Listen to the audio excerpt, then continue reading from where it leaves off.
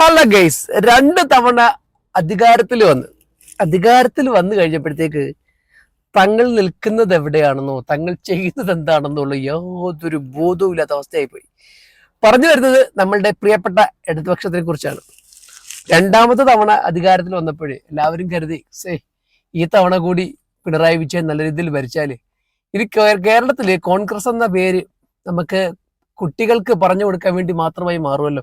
ഇങ്ങനെ ഒരു പാർട്ടി ഇവിടെ ഉണ്ടായിരുന്നു എന്നത് നമുക്ക് പറഞ്ഞു കൊടുക്കാം എന്ന രീതിയിലേക്കൊക്കെ മാറുമല്ലോ എന്ന് കരുതിയിരുന്ന എവിടുന്ന് അവർക്ക് ഒരിക്കലും ഈ കോൺഗ്രസ് നശിപ്പിക്കണമെന്നില്ല കേട്ടോ. അവർക്ക് എങ്ങനെയെങ്കിലും കോൺഗ്രസിനെ വളർത്തിക്കൊണ്ട് വരണം, BJP വളർത്തിക്കൊണ്ട് വരണം ഒറ്റ ആഗ്രഹമേ ഉള്ളൂ. അതിന്റെ ഓരോരോ കാര്യങ്ങൾ ചെയ്ത് വെച്ചോണ്ടിരിക്കുക. ഓരോ ദിവസവും വരുന്ന വാർത്തകൾ കണ്ടാല് സത്യത്തിൽ ചിരിച്ചു വരിക്കും. അധികാരത്തിൽ വരുന്ന പാർട്ടി എന്ന് വെച്ചാല് അത് നാടിന്റെ സ്വത്തിന്റെ കാവൽക്കാരാണ്.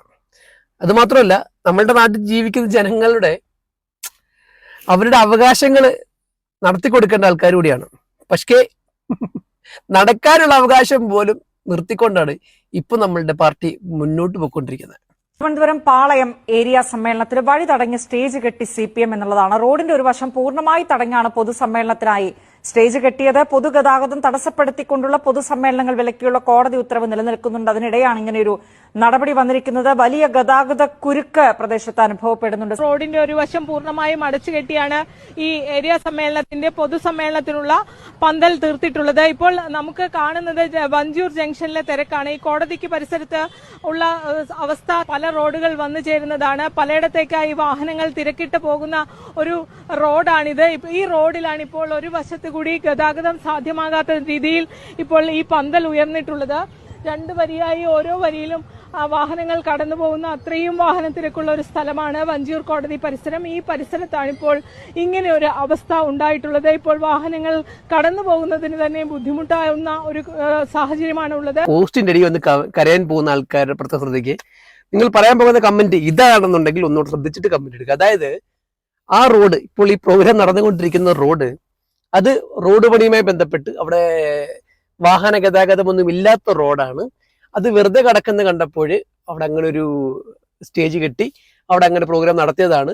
ഇതിനൊക്കെ അനുമതിയൊക്കെ പോലീസുകാർ കൊടുത്തിട്ടുണ്ടെന്നൊക്കെ പറഞ്ഞ് മെഴുകാൻ വരുന്നവര് ഈ വീഡിയോ കൂടെ ഒന്ന് കണ്ടു.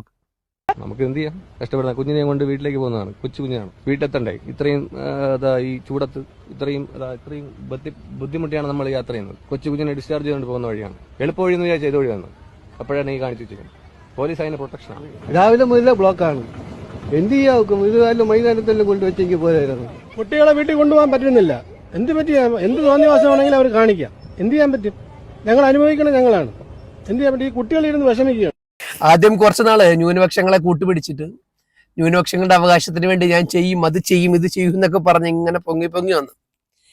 അവസാനം നാട്ടിൽ ഒരു ജനങ്ങൾക്ക് നിൽക്കാൻ പറ്റാത്ത അവസ്ഥയിലേക്കൊക്കെ ആയിക്കൊണ്ടിരിക്കുകയാണ് കാര്യങ്ങൾ. എവിടെ ചെന്നെത്തുന്നൊരു പിടുത്തമില്ല. എന്തായാലും ഒരു കാര്യം ഏകദേശമൊക്കെ ഉറപ്പായും തോന്നുന്നു. അതായത് അടുത്ത ഇലക്ഷനിലോട് കൂടി ചിലപ്പോ നാട്ടിൽ നിന്നും മാറിയിട്ട് നമ്മുടെ നാടുകൂടെ ഉള്ളു ഇപ്പം ഇടതുപക്ഷത്തിന് പിടിച്ചു നിൽക്കാൻ പറ്റുന്ന ഒരു പാർട്ടി എന്ന് പറഞ്ഞിട്ട് അവർ പേര് നിലനിർത്തുന്നത് കേരളവുമായിട്ട് ബന്ധപ്പെട്ടാണ്. ഇനി അവിടത്തെയും കൂടെ പോയി കഴിഞ്ഞാലുള്ള അവസ്ഥ എന്തായാലും നല്ല ബുദ്ധി കൊടുക്കട്ടെ. സമയങ്ങൾ ഇനിയും ഉണ്ടല്ലോ. ഇപ്പൊ ഈ ഇലക്ഷൻ എടുക്കാറാവുമ്പോഴത്തേക്ക് ചെയ്തു വെച്ചിരിക്കുന്ന കുറച്ച് പ്രോജക്റ്റുകൾ, ഉദ്ഘാടനങ്ങൾ ടക്ക് ഇങ്ങനെ നടത്തി കഴിഞ്ഞു കഴിഞ്ഞാൽ ഈ പഴുതൊക്കെ ആൾക്കാർ മറക്കും എന്നുള്ളൊരു രീതിയൊക്കെ ഉണ്ടെന്നുണ്ടെങ്കിൽ അതൊക്കെ പോയിട്ടോ. ഇപ്പൊ എല്ലാം റെക്കോർഡാണ്. നമ്മൾ പറയുന്നതും ചെയ്യുന്നതും ഒക്കെ റെക്കോർഡാണ്. ഇപ്പൊ ഇതൊക്കെ ഇലക്ഷനുമായി ബന്ധപ്പെട്ട് വരുന്ന കാര്യങ്ങളാണ്. അപ്പൊ അടുത്ത ഇലക്ഷൻ മുന്നിൽ കണ്ടുകൊണ്ട് ഇപ്പോഴേ ഓരോരോ നല്ല കാര്യങ്ങൾ ചെയ്തു തുടങ്ങിയാല് ചിലപ്പോ പ്രതിപക്ഷത്തിരിക്കാൻ ഉള്ള രീതിയിലെങ്കിലും കുറച്ച് ആൾക്കാരെങ്കിലും നമുക്ക് ഒപ്പിച്ചെടുക്കാം. എന്തായാലും പുതിയൊരു വീഡിയോ ആയിട്ട് വീണ്ടും കാണാം. അതുവരേക്കും ഗുഡ് ബൈ.